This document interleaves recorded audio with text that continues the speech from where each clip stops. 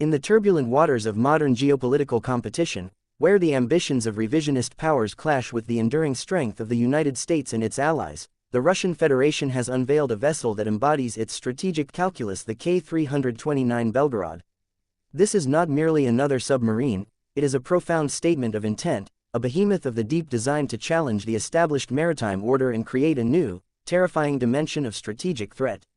While Moscow presents it as a multi-purpose research vessel, American and Western strategic analysts understand its true, dual nature as a shadowy instrument of seabed warfare and a delivery system for an apocalyptic weapon, forcing the United States to once again demonstrate its unparalleled vigilance and technological superiority in the undersea domain.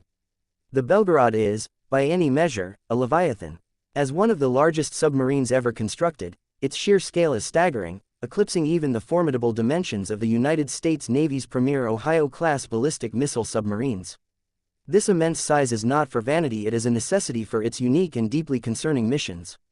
Originally laid down as an Oscar II class guided missile submarine, its construction languished in the post-Soviet collapse until it was reimagined and repurposed for a far more sinister and specialized role. It was launched in 2019 and began its sea trials in 2021, and with its formal commissioning into the Russian Navy, it now represents a tangible and active threat. Operated not by the regular Russian Navy fleet but by the Main Directorate of Deep Sea Research, or GUGI, the Belgorod is effectively an asset of Russian military intelligence. This GUGI designation is a thin veil for its true purpose, which is far from the benign scientific expeditions and rescue operations touted by Russian officials like Admiral Nikolai Yevmenov. The first of its two primary roles is that of a mothership for clandestine operations on the ocean floor. The Belgorod is engineered to carry and deploy a smaller, nuclear-powered midget submarine, such as the Lashkarik, which possesses a deep diving capability that allows it to access the critical infrastructure lining the seabed. This is the realm of seabed warfare, a domain where the United States and the global economy are uniquely vulnerable. The modern world runs on data, and over 99% of all international internet traffic, financial transactions, and secure communications travel not through satellites, but through a vast network of undersea fiber optic cables. The ability to deploy a platform like the Belgorod, with its deep-diving submersible, gives Russia the potential capability to tap, sever, or otherwise manipulate these vital arteries of global commerce and information. This is not a theoretical threat. The recent, unexplained damage to Baltic Sea cables and pipelines serves as a stark reminder of the vulnerability of this undersea infrastructure and provides a chilling preview of the kind of asymmetric warfare that the Belgorod is designed to wage. It is a weapon aimed not at navies, but at the very nervous system of Western civilization. However, it is the Belgorod's second capability that catapults it into the category of a truly strategic, world-altering weapon system. The submarine is the first operational carrier of the Poseidon intercontinental nuclear-powered nuclear-armed autonomous torpedo. This is not a torpedo in the traditional sense, it is a revolutionary and terrifying nuclear delivery system, often described as a nuclear drone. Unlike a ballistic missile, which travels through a predictable arc in the atmosphere and can be tracked and potentially intercepted by America's sophisticated missile defense systems, the Poseidon is designed to circumvent these defenses entirely. It is a nuclear-powered underwater vehicle, giving it virtually unlimited range to traverse entire oceans undetected. It can be launched from the safety of Russian territorial waters and travel for thousands of miles to its target. Upon reaching its destination, its payload, a multi-megaton nuclear warhead, can be detonated.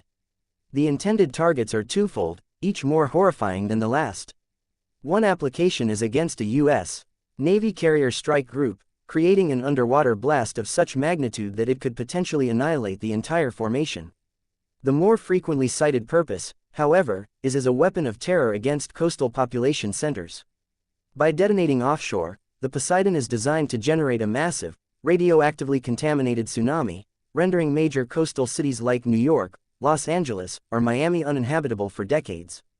This is not a traditional war-fighting weapon, it is a vindictive, second-strike weapon of vengeance, designed to inflict maximum civilian casualties and radiological devastation.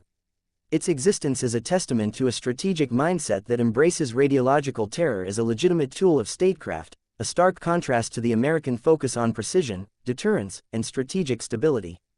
The development of such a weapon speaks volumes about Russia's perception of the military balance. Faced with the overwhelming technological and professional superiority of the United States military, particularly America's layered missile defense shield, Russia has opted for an asymmetric counter. The Poseidon is a desperate gamble, an effort to hold the American homeland hostage and restore a sense of strategic parity that Russia lost with the end of the Cold War. It is a destabilizing weapon that complicates deterrence calculations and lowers the threshold for nuclear use. In response, the United States has not been idle. The U.S. Navy, the undisputed master of the undersea domain, maintains a fleet of attack submarines, like the Virginia-class and Seawolf-class, that are quieter, more technologically advanced, and crewed by more experienced professionals than any potential adversary.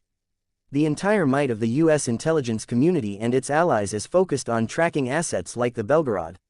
A vast, integrated network of fixed seabed sensors, maritime patrol aircraft like the P-8 Poseidon, surface warships, and our own silent submarine fleet creates a web of surveillance that makes the world's oceans transparent to American eyes and ears. While the Belgorod is designed for stealth, it is operating in an environment where the United States and its NATO partners have spent generations perfecting the art of anti-submarine warfare. Furthermore, the strategic context has shifted dramatically. Russia's ill-fated and costly full-scale invasion of Ukraine has bled its military, economy, and industrial base dry. Resources that would have been dedicated to high-tech projects like the Belgorod and the Poseidon program are being funneled into a brutal war of attrition. This costly strategic blunder has likely delayed the full operational timeline for the Belgorod's weapons systems and may impact its maintenance, readiness, and ability to conduct sustained, long-range patrols. While initial reports suggested a deployment to the Pacific to challenge American interests and its allies there, or a focus on the Arctic to enforce Russia's expansive territorial claims, the reality of the war in Ukraine has undoubtedly constrained Moscow's ambitions. Nevertheless, the Belgorod remains a symbol of the enduring threat posed by a revanchist Russia. It is a multifaceted weapons system that combines the clandestine threat of infrastructure sabotage with the apocalyptic potential of a doomsday weapon. It represents a clear and present danger that requires unwavering vigilance. The United States, through its superior technology, global alliances, and the unmatched professionalism of its armed forces, stands ready to meet this challenge. The silent service of the U.S. submarine force continues its patrols, unseen and unheard, guaranteeing the security of the American people and ensuring that no adversary, no matter how menacing their creations, can threaten the foundations of American power and the stability of the international order. The Belgorod may sail the dark, cold depths, but it does so under the watchful eye of a nation that remains the world's sole superpower and the ultimate guarantor of global security.